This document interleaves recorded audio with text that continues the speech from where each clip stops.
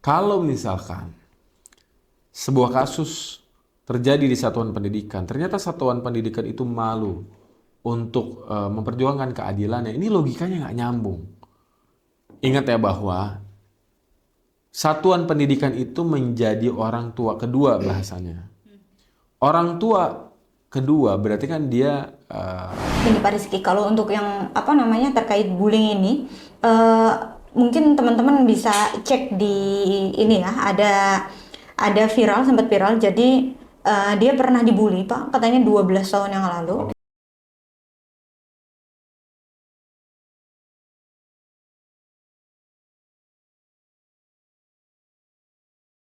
Assalamualaikum warahmatullahi wabarakatuh. Salam sejahtera, Om Swastiastu, Namo Buddhaya, salam kebajikan. Halo seluruh para tenaga pendidik yang ada di Indonesia dari Sabang sampai Merauke. Ketemu lagi dengan kami dari Sekolah Aman.id. Saat ini kita melanjutkan ya video yang sebelumnya. Kalau teman-teman seluruhnya belum melihat video kita, langsung cek video kita pertama. Itu kita akan membahas tentang TPPK. Nah, kali ini kita akan membahas tentang satuan tugas dan sekelumit ya, sekelumit terkait banyaknya persoalan-persoalan yang terjadi di lingkungan satuan pendidikan. Nah, buat para tenaga pendidik dan juga para guru-guru yang ada di seluruh Indonesia, anak-anak murid juga silahkan komen di bawah. Ya, apa aja sih yang kalian rasain biasanya tentang kekerasan yang ada di lingkungan satuan pendidikan. Nah, kita kembali lagi nih, di sini ada founder Sekolah Aman.id, beliau juga pengacara. Ya. Halo Pak Rizky. Halo Mbak Indah. Oke, samping saya ada juga Pak Aidil, beliau pemerhati pendidikan, co-founder dari Sekolah Aman.id juga. Halo Pak Aidil. Halo Mbak Indah, salam. Nah, salam sejahtera untuk kita semua, salam sekolah aman ya. Nah, para tenaga pendidik atau kita juga sapa ya, para TPPK, karena sudah ada 93% nih. Sudah ada 93% per September ini, teman-teman yang sudah di SK-kan. Jadi please, jangan kemana-mana, langsung subscribe kita. Kenapa? Karena banyak banget yang akan kita bagi informasinya untuk nyelamatin kamu tentunya. Nah, kali ini kita akan membahas tadi, selain TPPK ternyata ada lagi, yakni satuan tugas. Okay. Nah, satuan tugas ini apa Pak Rizky? Dan ini di mana nih posisinya? Oke, bismillahirrahmanirrahim. Assalamualaikum warahmatullahi wabarakatuh. Selamat datang kembali di Sekolah Aman.id ya. Kita fokus untuk memberikan edukasi kepada seluruh satuan tugas pendidikan yang terhimpun dalam TPPK, Tim Pencegahan Penanganan Kekerasan di Satuan Pendidikan berdasarkan Permendikbud 46/2023. Pada sesi ini kita fokus membahas tentang Satgas ya Mbak Indah. Satgas itu adalah satuan tugas yang terdiri atau dikepalai atau diketuai atau dipimpin oleh dinas terkait atau kepala dinas terkait di kabupaten, kota maupun provinsi seperti SMA ya. Nah, dinas itu atau kepala dinas itu memiliki beberapa tupoksial di satuan tugas. Pertama, bermitra dengan organisasi perangkat daerah lainnya seperti misalkan Dinas Perlindungan Perempuan dan Anak, Dinas Sosial, ataupun ahli-ahli lainnya seperti ahli hukum maupun psikologi yang ada di daerah tersebut. Nah, satuan tugas ini secara hierarki tupoksial itu menerima rekomendasi ataupun hasil ya pemeriksaan dari TPPK yang ada di semua satuan pendidikan. Baru akan melihat, akan mengasesmen selama 5 hari. 5 hari itulah akan ada sebuah kesimpulan. Ini tindak pidana atau bukan, berikutnya harus segera melapor ke aparat penegak hukum atau tidak, atau ada penyelesaian lain seperti diversi, anak dengan anak, ataupun restoratif justice. Tapi saya rasa di satuan pendidikan RG itu tidak dikenal ya, karena RG hanya berlaku untuk dewasa. Dewasa dengan dewasa baru berlaku RG. Saya rasa demikian Mbak. Oke, nah Pak Rizky, kemudian apakah di TPPK ini, tadi kan di video selanjutnya ya, pokoknya yang belum nonton video selanjutnya harus nonton. Kenapa? Karena ini berkaitan. Nah, di video sebelumnya tadi sudah terspill bahwa TPPK ini dia bisa juga memberikan rekomendasi. Apakah dari TPPK harus ke satuan tugas, ataukah sebetulnya rekomendasi dari TPPK juga sebetulnya sudah cukup? Ya, logikanya ketika memang TPPK sudah bisa menjalankan tugasnya dengan baik, sebenarnya tidak perlu lagi hanya sekedar memberikan sebuah tembusan dari rekomendasi yang dia lakukan. Karena memang tim pencegahan dan penanganan kasus, ada tim melakukan pencegahan, dia pun melakukan penanganan kasus. Berarti dia harus menemukan ini tindak pidana atau bukan. Ketika memang menemukan tindak pidana, ya dia bisa langsung berkolaborasi dengan aparat penegak hukum. Bayangkan jika kasusnya adalah kekerasan berat, mengalami luka berat, yang kita tahu bahwa ketika kekerasan fisik mengalami luka berat, luka itu bisa sembuh. Kalau tidak langsung melakukan laporan kepolisian lalu dilakukan visum et repertum, maka luka ini yang tadinya berat mungkin bisa menjadi ringan. Luka berat dan ringan dalam pasal 90 KUH pidana maupun yang diatur dalam Kitab Undang-Undang Hukum Acara Pidana itu bisa menentukan berapa ancaman pidana untuk si terlapor ataupun yang diduga melakukan perbuatan pidana. Itu poinnya.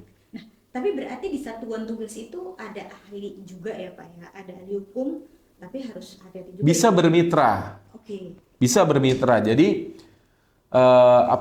kerangka kerjanya itu boleh bermitra dengan ahli hukum jika memang TPPK dirasa tidak sanggup menjalankannya atau butuh pendamping ahli untuk menjalankan tugasnya. Itu dua hal yang berbeda. Selain ahli hukum, ahli apa? Ahli psikologi. Karena memang ada asesmen, ada hukuman, yang ada sanksi yang diterapkan kepada si peserta didik itu sendiri. Dia bisa direkomendasikan misalkan kena sanksi teguran, kena sanksi dipindah, itu diperbolehkan. Tapi dengan dasar asesmen ahli yang jelas seperti hukum dan psikologi. Dan berarti untuk para semua ya dinas-dinas ini kan kalau untuk satuan tugas beradanya di dinas pendidikan ya. Nah itu juga harus teliti berarti ya. Betul. Untuk memilih para ahli. Nah apabila dinas-dinas yang juga mau mungkin bermitra dengan kami di sekolahaman.id, kami punya banyak profiling lawyer-lawyer di sini yang memang sudah berpengalaman. Khususnya salah satunya adalah Pak Rizky ini, karena sudah ada sekitar 4.000-an kasus terhadap kasus kekerasan terhadap anak ya. 4.000 ada Pak? Tapi saya nggak pernah ngitung. Saya udah 8 tahun bermitra sebagai ahli di Kota Tangerang Selatan. Kita juga fokus penanganan di UPTD PPA ya, tentang perlindungan perempuan dan anak. So, di tahun kemarin saja, saya terima case itu kalau tidak salah 317 kasus. Anggap 300 kasus. 8 tahun saya sudah bermitra. Berarti 8 dikali 300. 2.400. 2.400 itu bukan jumlah yang sedikit, Mbak Indah. Per tahun 300 kita butuh fokus, kita butuh tim yang benar-benar sudah terlatih, dan yang paling penting adalah integritas ya. Karena dalam penanganan sebuah kasus, apalagi ini kasus kemanusiaan, saya beranggapan demikian. Saya punya anak, semua orang yang mungkin sudah menikah pasti juga berharap punya anak ataupun sudah punya anak. Itu pasti pengen generasinya aman. Karena memang kita punya mimpi ada Indonesia emas di 2045. Indonesia emas itu apa? Tidak ada negara maju, sepenglihatan saya, seanalisis saya, yang maju karena sumber daya alam ya. Tapi negara maju, contoh Singapura, maju karena sumber daya manusianya. Padahal wilayahnya tidak besar seperti Indonesia. Nah jadi dengan kita memastikan bahwa anak kita aman di satuan pendidikan, itu berarti kita juga punya percepatan untuk meraih Indonesia emas. Kan gitu poinnya, it's a logic. Yes. Nah berarti sudah tepat untuk para kepala sekolah di seluruh Indonesia, kepala dinas, silahkan choose sekolahaman.id untuk menentukan langkah awal di masa depan nanti. Nah, para tenaga pendidik seluruhnya yang ada di Indonesia, kita tadi sudah cukup membahas ya apa aja sebetulnya perangkat-perangkat yang ada di Permendikbud. Nah, kali ini kita ingin mengupas beberapa kasus aja. Karena kan tadi Pak Rizky sudah spill ya, sampai 3.000-an kasus yang dia tangani. Nah, tapi kita nggak akan membahas sampai 3.000-an untuk video kali ini. Kita ingin bahas di beberapa case satuan pendidikan yang saat ini sedang marak terjadi. Gitu. Ada beberapa yang sudah cukup saya cek-cek nih Pak. Salah satunya adalah yang lagi cukup rame, mungkin yang saat ini terjadi adalah yakni terkait adanya dugaan penculikan ya terhadap anak yang itu bermula dari sekolah, misalnya pulang sekolah. Nah, walaupun kalau misalnya kita melihat case ini kan motifnya adalah dia pulang sekolah kemudian diculik ya, ada penculiknya. Nah, ini lingkupnya. Ini kan tadi lingkungan sekolah ya. Apakah masih menjadi salah satu tugas TPPK atau satuan tugas yang harus ditangani ataukah bukan? Oke, ini bagus banget ini pertanyaannya. Yang perlu Bapak Ibu ketahui adalah pertanggungjawaban semua tim TPPK itu ketika sebuah kekerasan ya itu terjadi di lingkungan satuan pendidikan. Penculikan itu bisa terkonversi menjadi kekerasan nggak? Saya bilang bisa. Karena pasti ada dampak kekerasan psikis di situ. Cuma yang harus kita ketahui, diculiknya di dalam sekolah, dari dalam atau sejak dia di luar sekolah.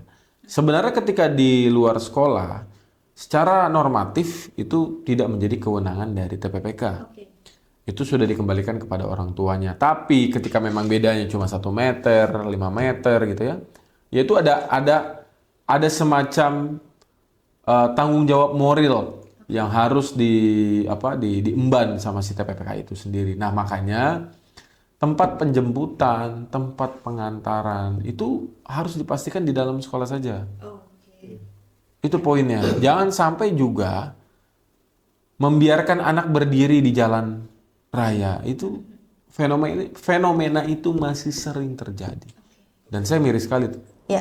Berarti sebetulnya yang tadi ya, tim TPPK itu juga memastikan bahwa karena dia adalah bukan hanya tim penanganan, tapi dia juga tim pencegahan, gitu ya.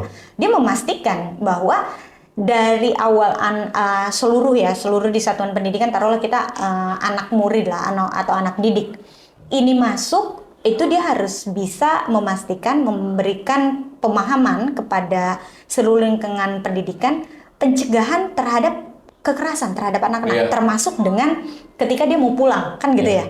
Oke, baik. Nah, selain penculikan, Mas Edir selaku pemerhati pendidikan ya, apa aja yang mungkin biasa terjadi nih di lingkungan satuan pendidikan kekerasannya? Yang selama ini saya amati adalah adanya dugaan kekerasan seksual yang baru-baru ini mencuat begitu ya, antara hubungan peserta didik sesama dengan peserta didik. Kemudian yang terbaru adalah peserta didik dengan tenaga pendidik.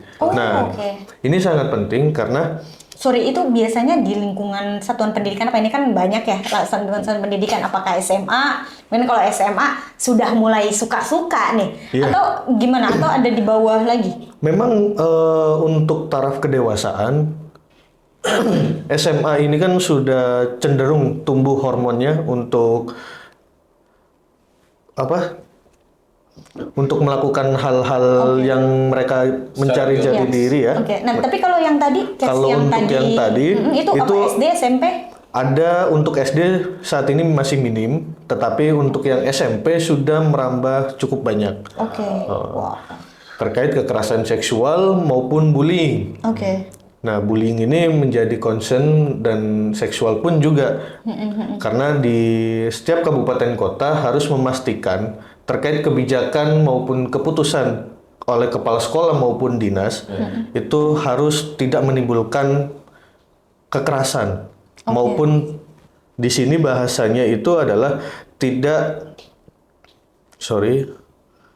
kegaduhan atau bukan. Tidak mengandung kekerasan maupun memastikan tidak berpotensi atau menimbulkan kekerasan. Baik. Ini kan cukup seksi begitu ya, untuk kepala sekolah berpikir secara jernih, objektif, dan kepala dinas untuk memberikan surat keputusan maupun nota dinas atau himbauan. Jangan sampai himbauan yang diberikan kepada sekolah, kepada tenaga pendidik maupun peserta didik itu menjadi kekerasan-kekerasan yang baru di situ. Ya. Berarti itu juga sebagai upaya yang tadi ya, pencegahan. Karena memang di dalam Permendikbud ini tidak hanya penanganan, tapi ada juga pencegahan. Betul. Tapi tentu pencegahan itu pun harus sesuai dengan aturan perundang-undangan. Karena kalau tidak ada, berarti nanti bisa dibatalkan, begitu Pak Rizky? Yeah. Nah, selain itu, kalau yang tadi misalnya, ketika ada kasus kekerasan seksual di lingkungan satuan pendidikan, ketika memang itu terjadi dari peserta didik kepada peserta didik. Nah, biasanya Pak Rizky, nanganinnya ini seperti apa sebelum adanya Permendikbud? Anak dengan anak. Yes, betul. Dan yang seharusnya saat ini setelah adanya Permendikbud. Anak dengan anak sederhana, apakah pidananya di atas 7 tahun atau tidak? Ini sesuai dengan Undang-Undang 11 2012 tentang Sistem Peradilan Pidana Anak. Dari pasal 7 ini sudah diatur bahwa ketika memang di atas 7 tahun maka tidak dikenal lagi diversi. Adapun berikutnya terkait dengan pengulangan sebuah tindak pidana, ini pengulangan atau tidak? Ketika memang bukan pengulangan, itu ada potensial dilakukannya diversi. Diversi bukan perdamaian, tapi mencari jalan terbaik di luar mekanisme peradilan pidana. Maka di dalam diversi dikenal dengan ganti kerugian yang dengan tolak ukur ilmiah bisa dibuktikan dengan bukti yang valid ya.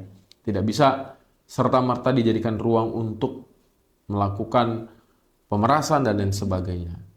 Nah, bagaimana melakukan advokasinya? Jelas bahwa ini butuh keahlian khusus dan experience yang cukup banyak.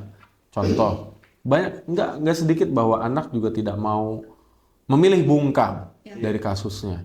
Entah mungkin ada dugaan ancaman, diawali dari tipu muslihat, itu sering terjadi. Tapi yang sering terjadi karena adanya ancaman-ancaman tersebut. Nah, kita harus punya berbagai macam jenis komunikasi yang baik.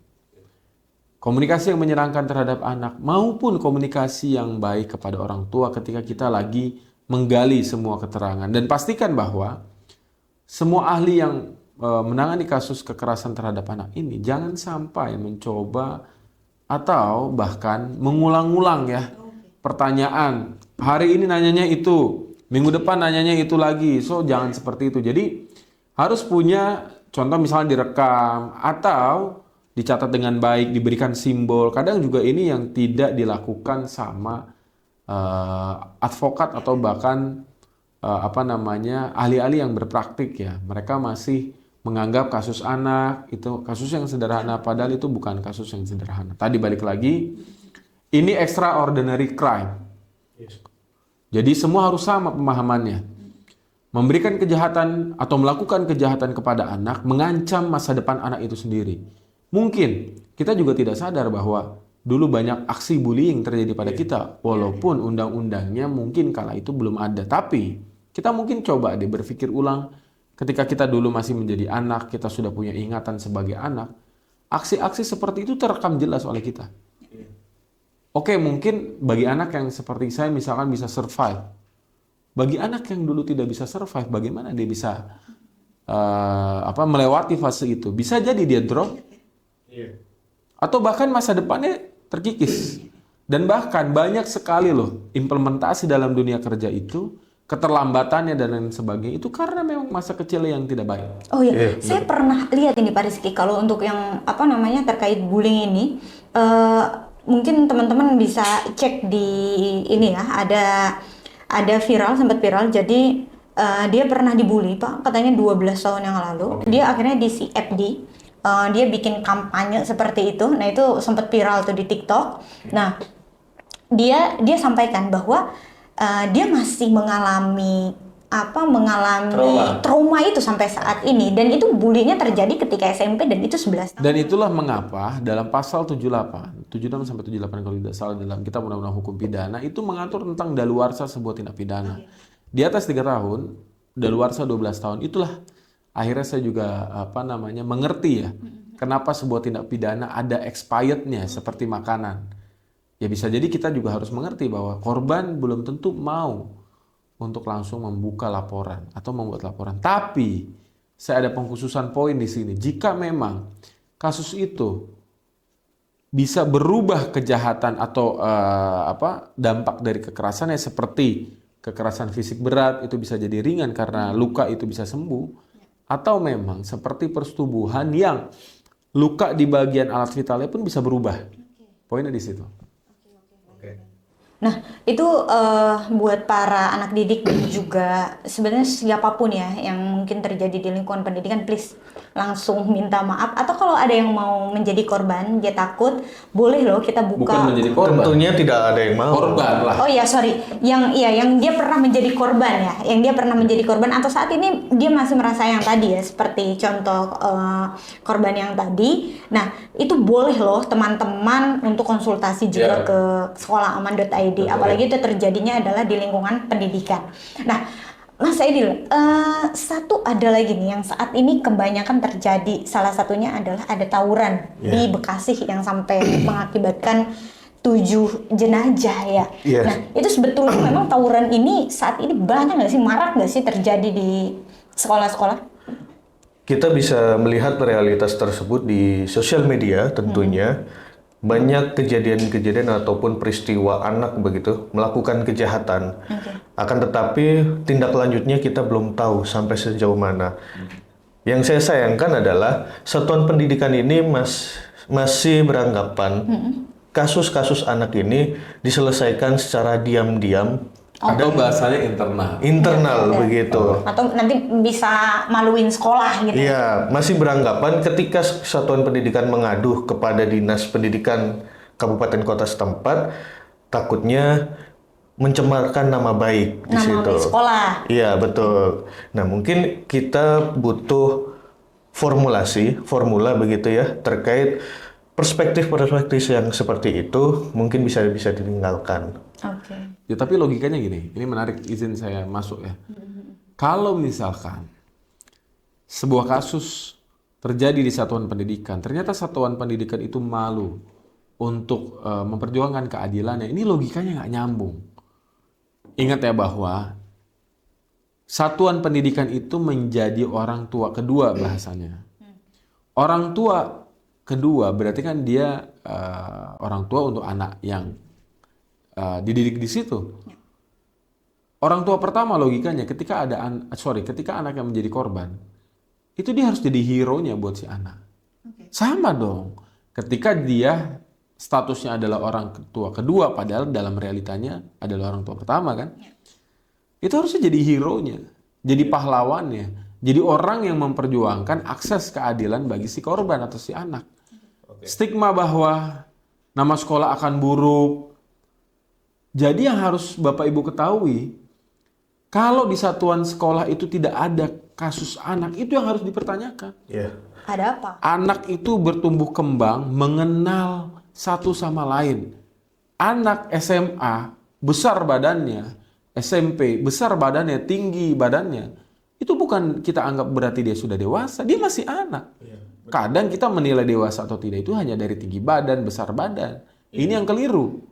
Yang itu tidak boleh lagi diasumsikan ya. Lalu berikutnya, ketika memang ada kekerasan di satuan pendidikan, prosesnya yang harus diperhatikan, tepat atau tidak. Itulah tolak ukur. Jadi sudah bukan zamannya lagi menurut saya menilai sekolah dengan tidak adanya kasus. Wow. Nggak mungkin ya.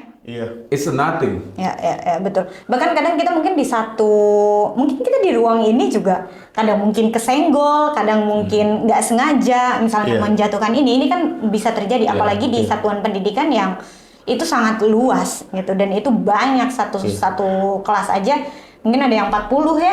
Ada satuan 40 pendidikan maksimal. ini kan terkadang takut begitu ya ketika berurusan dengan hukum, apalagi dengan aparat penegak hukum. Tadi contohnya adalah tawuran, tiba-tiba malam-malam bisa dipanggil, ditelepon begitu bahwasanya ada peserta didiknya yang melakukan kejahatan. Nah, ini juga yang saya mau tuh? suarakan bahwa jangan offset dalam melakukan tugas kita sebagai penegak hukum. Saya nggak sepakat tuh, Mas Aidil, bahwa mentang-mentang masih pakai seragam, gurunya dipanggil. Ini jaka sembung. Tinggal bawa golok apa naik ojek. Kenapa saya bilang nggak nyambung? Kejadian di luar sekolah, saya juga nggak pernah menemukan. Saya selama hidup saya nggak pernah menemukan tawuran di dalam sekolah. Ada sekolah A datang ke sekolah B tawuran di lapangan basket. Kayaknya nggak pernah. Tawuran biasanya di luar. Ketika di luar sekolah, aparat penegak hukum ataupun penegak hukum ini harus ngerti itu sudah bukan tanggung jawab tenaga pendidik. Jadi jangan sampai membuat tenaga pendidik itu malah bahasa anak sekarang kena mental. Seakan-akan diperiksa seperti dia yang salah. Padahal kan bukan. Ini balik ke orang tua. Orang tua kita semua harus mau gentleman. Mendidik, mengasuh anak ya sesuai dengan tumbuh kembang si anak. Jadi kalau misalkan menjadikan sekolah sebagai wadah pembentukan semua karakter yang diinginkan, buat apa ada orang tua? Kalau orang tua beralasan bahwa capek bekerja, mencari nafkah dan sebagainya, itu memang sudah tanggung jawab basic. Artinya butuh peran serta orang tua untuk mendidik anak kan? Sangat, it's number one. Oke. Nah, berarti buat para kepala sekolah biasanya yang dipanggil itu kepala sekolah ya, sama para penegak hukum atau wali kelasnya atau apa tuh biasanya? Tidak menutup kemungkinan kepala sekolah, tetapi biasanya penegak hukum ini akan menghubungi satuan pendidikan. Nah, untuk menelusuri hal tersebut biasanya ada di website, kemudian ditemukan. Nah, di situ ada nomor BK, entah nomor siapapun di situ akan dihubungi. Nah, berarti buat para tim TPPK ataukah para tenaga pendidik ya, khususnya mungkin para kepala sekolah yang mungkin tiba-tiba ditelepon jam 10 dikabarin anaknya anak muridnya sebetulnya kan bukan anak sendiri, anak muridnya untuk datang ke polsek atau ke polres, tinggal disampaikan ini bukan jam kerja saya. Bisa kayak gitu, atau alternatif yang lebih baik adalah ketika memang ya namanya siapa dikonfirmasi, bisa kirim. Sekarang zaman sudah canggih, fotonya kan, nanti tinggal orang tuanya yang suruh menghadap ke tempat polisi tersebut.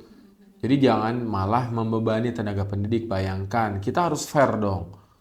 Dari jam 7:30 misalkan, anak ini berpendidikan di sana. Keluar jam 2, itu sudah berapa jam? Jadi kita harus fair bahwa kewajiban utama tetap adalah orang tua.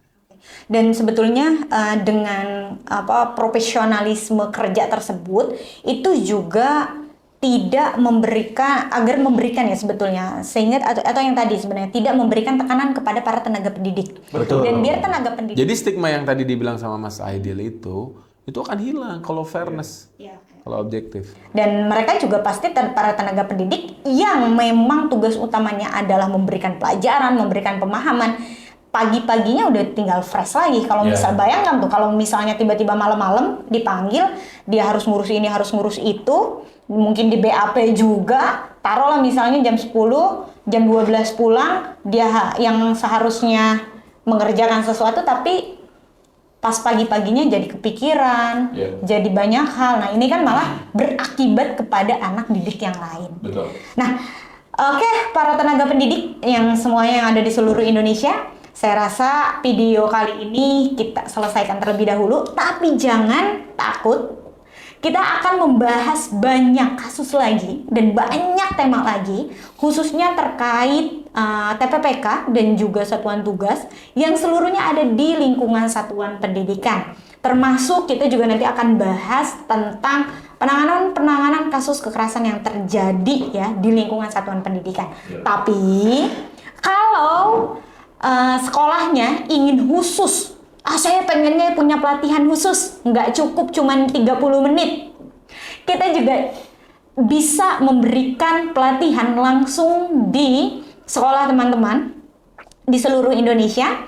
Tinggal kontak di bio kami atau di media sosial kami, semuanya ada, konsultasi juga boleh, silakan. Oke? Dan jangan sampai semuanya menjadi bubur. Kalau misalnya sudah ada kalau sudah ada kasus, jangan ditangani tiba-tiba, saya tidak paham tapi saya nanganin. Nah, jangan sampai jadi bubur. Oke, tenaga pendidik di seluruh Indonesia, terima kasih Pak Rizky, Pak Aidil atas waktunya. Pastikan masa depan anak-anak didik dan pastikan kita terlibat di masa depan anak-anak didik. Dengan Sekolah Aman.id, Langkah awal Masa depan. Masa depan.